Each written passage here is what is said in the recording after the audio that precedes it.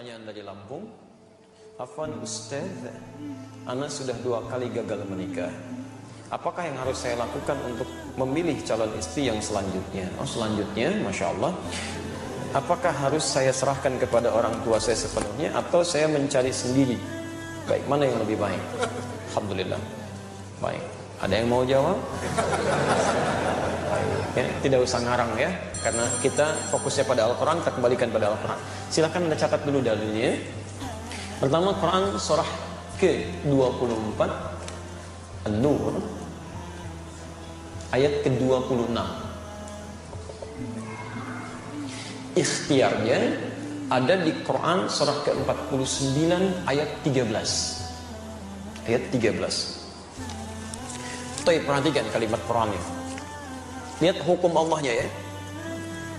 Al-khabithatu lil-khabithina wal-khabithuna lil-khabithati wat-tayyibatu lit-tayyibina wat-tayyibuna lit-tayyibat. Perhatikan hukum ini. Dalam hal berkehidupan itu kata Allah, maka dipasangkan yang buruk ketemu yang buruk lagi. Sebaliknya yang baik ketemu dengan yang baik lagi. Bila Anda laki-laki yang baik, maka Anda pun akan dipertemukan dengan perempuan yang baik. Tapi jika Anda laki-laki yang tidak baik, maka insting Anda pun akan membimbing bertemu dengan yang tidak baik lagi.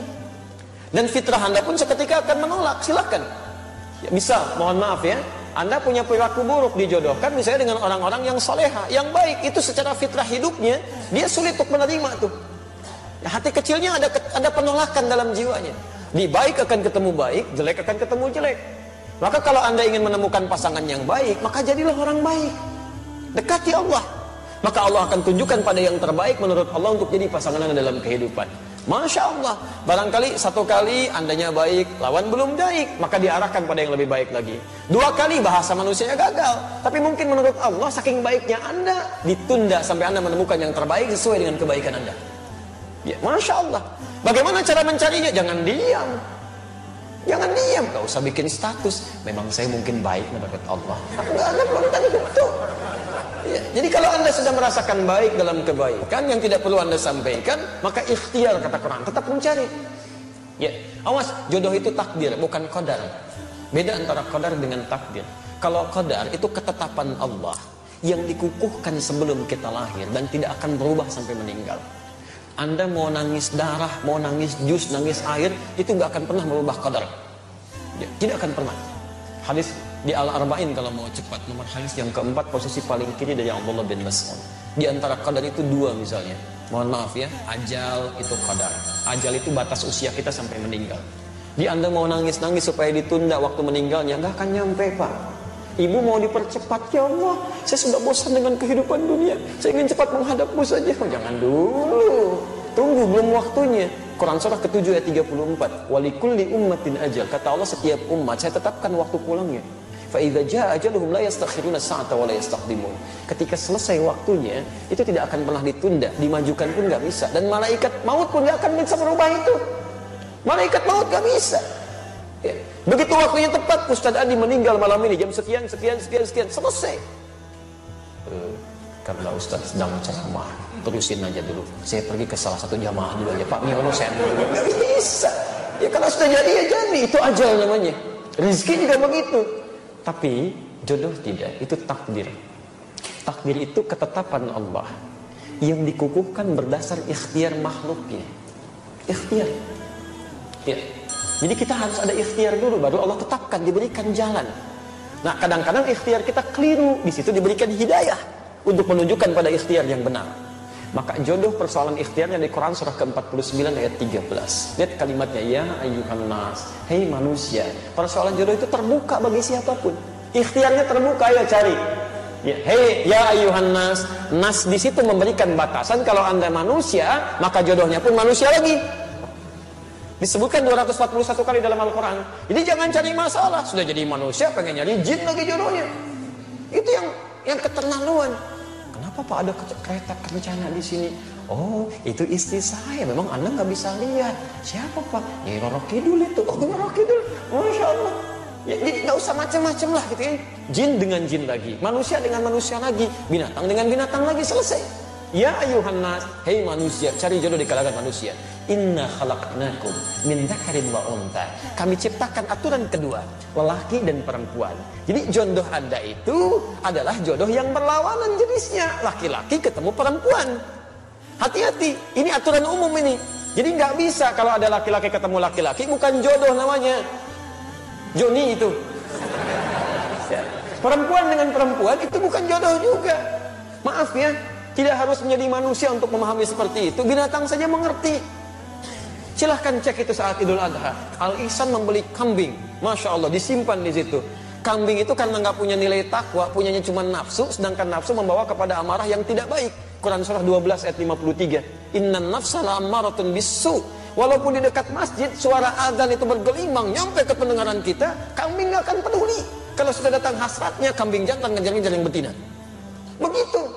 Tapi masya Allah saking sadarnya kambing, yang jantan ngejar yang betina. Sampai hari ini saya belum pernah temukan, dan tidak ada artikel ilmiah mengatakan kambing jantan mengejar yang jantan lagi. Kambing betina nunggu-nunggu dikerjain sama kambing betina lagi. Demi Allah saya katakan, tidak ada istilah sampai hari ini kambing lesbi, sapi homo misalnya. Dan Anda bisa tertawa tuh. Kenapa Anda tidak menertawakan manusia-manusia yang homo dan lesbi untuk dia kembali pada kebaikan? Itu poin yang harus kita ambil. Jadi dengan beda ini itu baru jodoh. Ya, ada kemarin kalimat menarik tuh waktu aksi 212 itu kan, ada salah seorang dai menyampaikan, kita itu jadi baik karena diciptakan beda. Coba lihat orang tua kita pertama, Adam lawannya siapa?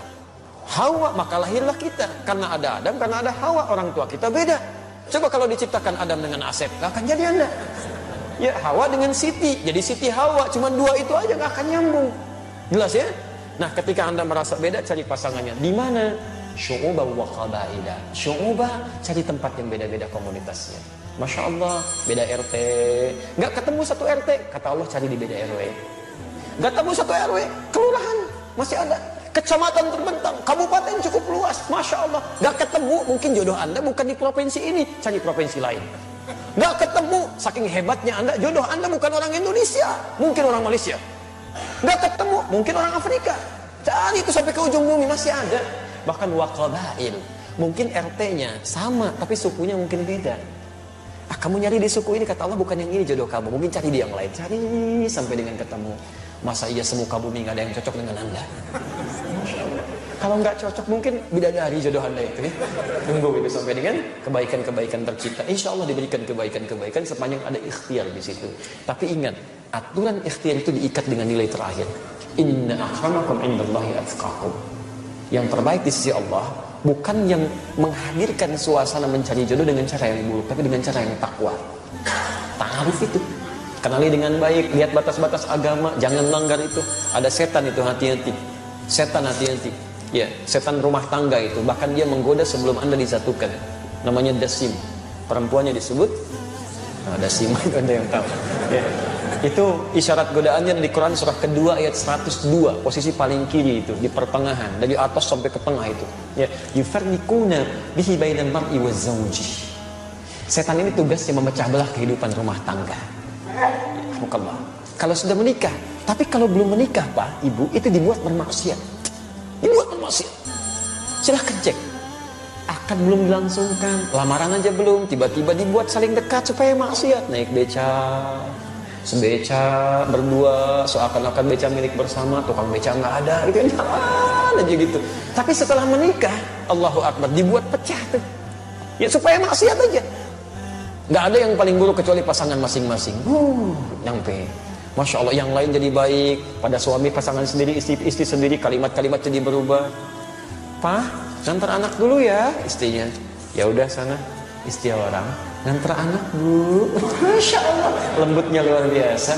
Ya, Pak, nih makanan udah siap. Ini tehnya, ini kopinya. Ya udah mah. Suami orang, teh apa kopi Pak? Masya Allah gitu ya. Lembut sekali. Bisa nggak dipraktekkan dalam kehidupan itu? Itu tidak mudah kalimat demikian. Ya. Jadi, nah itu yang kiranya bisa dihadirkan teman-teman sekalian. Silahkan ikhtiarkan, mudah-mudahan Allah